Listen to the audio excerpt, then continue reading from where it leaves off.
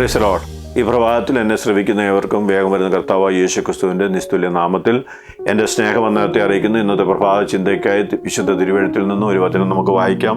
സങ്കീർത്തനങ്ങൾ 16:5. എൻ്റെ അവകാശത്തിൻ്റെ പാനപാത്രത്തിൻ്റെ പങ്ക് യഹോവയാകുന്നു, നീ എനിക്കുള്ള ഓഹരിയെ പരിപാലിക്കുന്നു. ഇവിടെ സങ്കീർത്തനക്കാരൻ ഒരു 2-way റിലേഷൻഷിപ്പിനെ പറ്റി പറയുന്നു. 1, യഹോവ എൻ്റെ പങ്കാകുന്നു.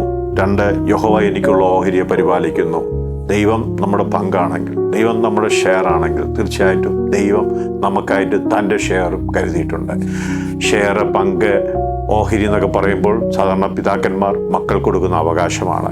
സ്വർഗത്തിലെ ദൈവം നമ്മുടെ പിതാവാകുന്നുവെങ്കിൽ, നമ്മൾ അവൻ്റെ മക്കളാകുന്നുവെങ്കിൽ, അവൻ്റെ സർവ്വസമ്പത്തിനും അവൻ്റെ സ്വർഗത്തിലെ സകല ആത്മീയ അനുഗ്രഹങ്ങൾക്കും നമ്മെ അവകാശിയായിട്ടാണ് ദൈവം വിളിച്ചിരിക്കുന്നത്.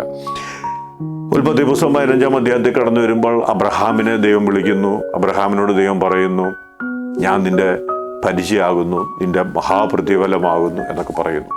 അപ്പോൾ അബ്രഹാം ന്യായമായ ഒരു സംശയം ചോദിക്കുന്നു, കർത്താവേ, നീ എൻ്റെ പരിചയം, നീ എൻ്റെ പ്രതിഫലവും, നീ എൻ്റെ ഓഹരിയൊക്കെ ആകുന്നുവെങ്കിൽ എനിക്കൊരു തലമുറയില്ല, എൻ്റെ സർവ്വസമ്പത്തിന് അവകാശി ദമേശക്കാരനായ എൻ്റെ ദാസൻ എലിയാസർ ആകുമോ എന്ന്.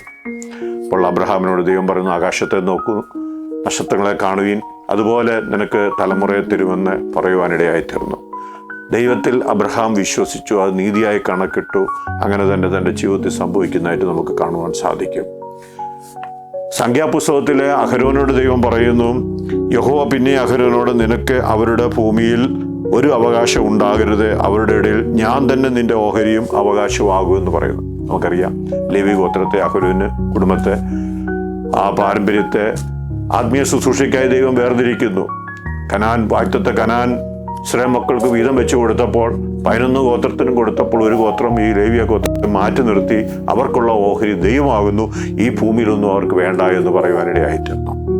പ്രിയ മക്കളെ, നാം ദൈവീയ കാര്യങ്ങൾ നോക്കുകയാണെങ്കിൽ, ആത്മീയ വിഷയമായി നമ്മൾ സമ്പന്നരാകുകയാണെങ്കിൽ, നമുക്കുള്ള ഓഹരിയെ പരിപാലിക്കുന്ന നല്ലൊരു കർത്താവുണ്ട്. ഈ ദിവസങ്ങളിൽ ഇന്ന് പകൽക്കാലം ദൈവസന്നിധിയിൽ നമുക്ക് സമർപ്പിക്കാം. അമ്മയെ നമുക്ക് കണ്ണുകളെ അടയ്ക്കാൻ പ്രാർത്ഥിക്കാം. യോഹന്നാന്റെ സുവിശേഷത്തിൽ നമ്മൾ വായിക്കുന്നല്ലോ, അവനെ കൈക്കൊണ്ട് അവൻ്റെ നാമത്തിൽ വിശ്വസിക്കുന്ന ഏവർക്കും ദൈവമക്കളാകുവാനുള്ള അധികാരം കർത്താവ് കൊടുത്തു. ഗലാത്യ ലേഖനത്തിൽ വായിക്കുന്നു, യേശു ക്രിസ്തുവിലുള്ള വിശ്വാസത്തിൽ നിങ്ങളെല്ലാവരും ദൈവത്തിൻ്റെ മക്കളാകുന്നു. നിങ്ങൾ ആ മക്കളാകൊണ്ട് അബ്ബാ പിതാവ് എന്നുള്ള സ്വപുത്രൻ്റെ ആത്മാവിനെ ദൈവം നമ്മുടെ ഹൃദയങ്ങളിൽ അയച്ചു. അങ്ങനെ ഇനി നാം ദാസന്മാരല്ല, നാം അവൻ്റെ മക്കളെങ്കിലോ അവൻ്റെ അവകാശികളുമാകുന്നു. ഇന്ന് പകൽക്കാലം കർത്താവേ, ഈ വചനം കേൾക്കുന്ന നിന്റെ മക്കളെ അങ്ങയുടെ നാമത്തിൽ അനുഗ്രഹിച്ച് പ്രാർത്ഥിക്കുന്നു.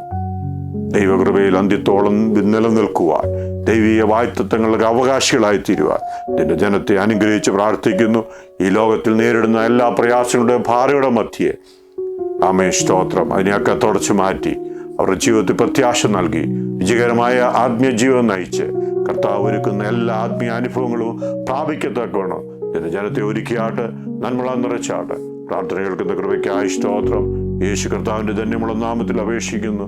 കൃപയോട് കേൾക്കണം സ്വർഗീയ പിതാവേ. ആമേൻ.